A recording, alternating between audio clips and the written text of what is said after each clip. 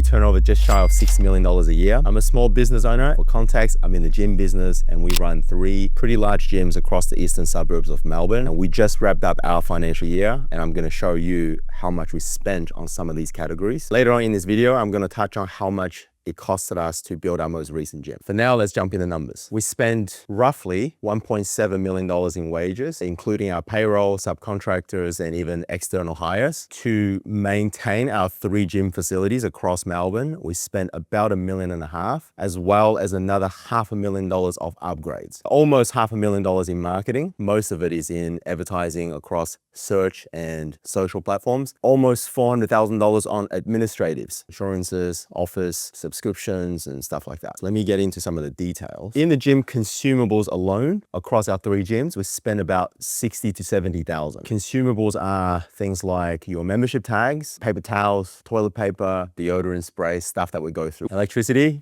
across our 3 gyms, I actually think we're pretty cheap because we got solar on the panels and stuff. Even that costed us over $120,000. So for our $500,000, or maybe just under $450,000 in marketing, we mostly spend that on across Google, Meta, and creation of organic content. Yeah, like these days, there are rarely any traditional marketing for us now, maybe like a tiny portion of it. But yeah, most of it, if not all of it, is digital. So this is how much it costed us to set up our most recent gym. By the way, this is our own money. We didn't get investors. It's just myself and a few other staff members and business partners put our own money together to set this one up. Overall, it costed us just shy of $2 million. And I'll give a context of where your money goes when you set up a gym. The size of this gym, it's about 1,200 square meters. Out of the $2 million that we spent to set up this new gym, a huge chunk of it is to do with the building. That can vary a lot depending on the type of building that you're in. In Melbourne, Australia, when you occupy a building for business purposes, you have to change the building code. And that could mean $50,000 and it could mean $1 million. It depends on a lot of what you have to do. Before the build even starts, your planning permits, your engineering, drawing up the plans, all of that can cost you up to $200,000. Some landlords require more bond than others. In commercial, it's common for landlords to ask for a 6-month bond. So if your rent is $300,000 a year, you have to pay them $150,000 of bond, for example. For our new gym, it costed north of $700,000, $800,000.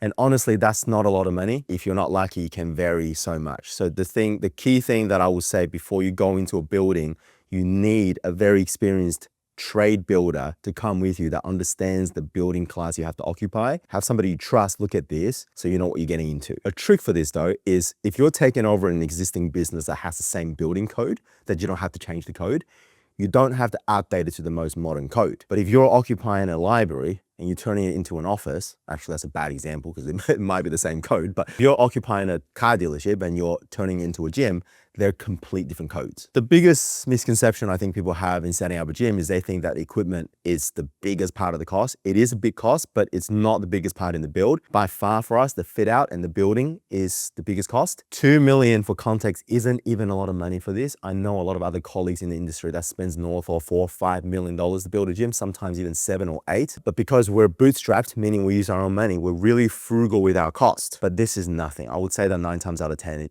for a gym that size, it'll blow out to a lot more than this. Equipment, some of it is finance, some of it we just pay up front because it's my passion. I sort of know the type of equipment that I want in there. But for a lot of big franchise brick and mortar chains, they have contracts with certain equipment companies and most of that is just leased and financed and they swap that over every 3 to 5 years. And before us, the equipment probably costs somewhere between $600,000 to $700,000 upfront and a little bit of finance cost. Cardio is actually the part per square meter which will cost the most, probably a couple of $100,000 in cardio as well. A treadmill, commercial grade, can cost anything between $10,000 to $30,000. Look, I would say that you probably can't get one for less than 10 these days. If you're getting a new commercial treadmill for less than 10 from a reputable brand, they're giving you a pretty good deal. You got to do a little bit of marketing, launching your business, probably smash the Facebook ads, the Google ads, and run some physical promos. That does cost a little bit. Your staffing, training up all the staffing costs in the beginning. But I would actually say one part non-experienced people don't understand, you have to factor in a burn. In a gym-based business, you're not going to make, well, at least for us, we don't make all of our money in the beginning. It probably takes a solid 9 months, 6 to 12 months to get your membership up to the point where you can break even. Businesses that take upfront payments can probably make that back a lot sooner, but our business model is much more related with like week-to-week direct debits. So if you don't factor in that burn, you're going to run out of money. So that was how much it costed to build our most recent gym. That's not what it was in the beginning. I started the business 13 years ago. I only had $30,000.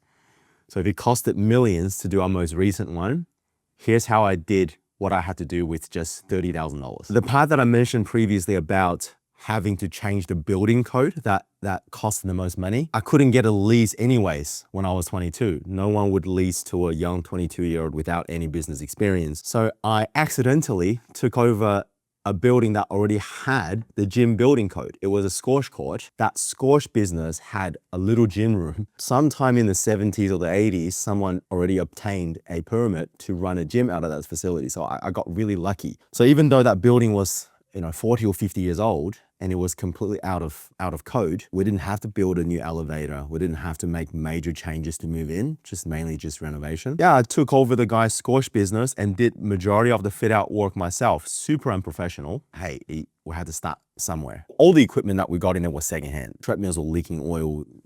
I remember going to a equipment company, asking the guy to help out with whatever used equipment they had. We went to other gyms, to competitors, try and buy stuff that they gotten rid of and then take their equipment to then go back and compete in business with them for the same members. It was pretty insane. As soon as we started to make a little bit of money, all that money went back in. So I had to find new space. Now, the existing squash courts had to generate income for us to be able to pay our rent. I couldn't just use all of those court spaces. And for a short period of time, I put out treadmills in the alleyway to try and make some more room. Brought it upstairs, took it downstairs, and just find every little bit of room that we could to make space. So that's pretty much the first 2 years of that business until I finished building that into a gym. It took me 2 years to turn it into a gym. First year I made profit was the year ending 2016. I started in 2012. So it took 4 years to make money. And that first year of profit was like 30,000. 6 years after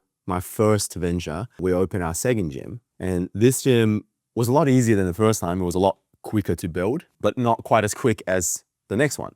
And I learned a lot of lessons this one that were different to the first one that I wouldn't repeat again in the next one. The team factor was probably the biggest thing I've learned. That was the first time our team went from less than 10 people to 20 people. And it went from a very small passion business into a proper business. And our revenue went to, over 7 figures, went to the millions. And so did my expenses. So all of a sudden I was managing a business when I got into this space because I loved the gym. That was also very overwhelming. I wasn't a business owner. I think it was just me and 20 helpers. So it was like, my best way of describing those periods were like running on the treadmill and you realize you can't get off, because I can't be 2 places at once. You hire a manager, you then want to trust them with stuff, but then you don't want to trust them with stuff because you don't know if they can do it right, but then you can't be at 2 places at once. I wasn't sleeping, I really wasn't, I was struggling to pay bills. I remember my accountant telling me at the time, so many businesses, when they expand to the second location, they sort of go kaput because they make less money than the first one, but they spend twice as much time working on it. I remember thinking, I won't be that guy, but I literally became that guy within 6 months. None of that can come down to like one sentence or one lesson.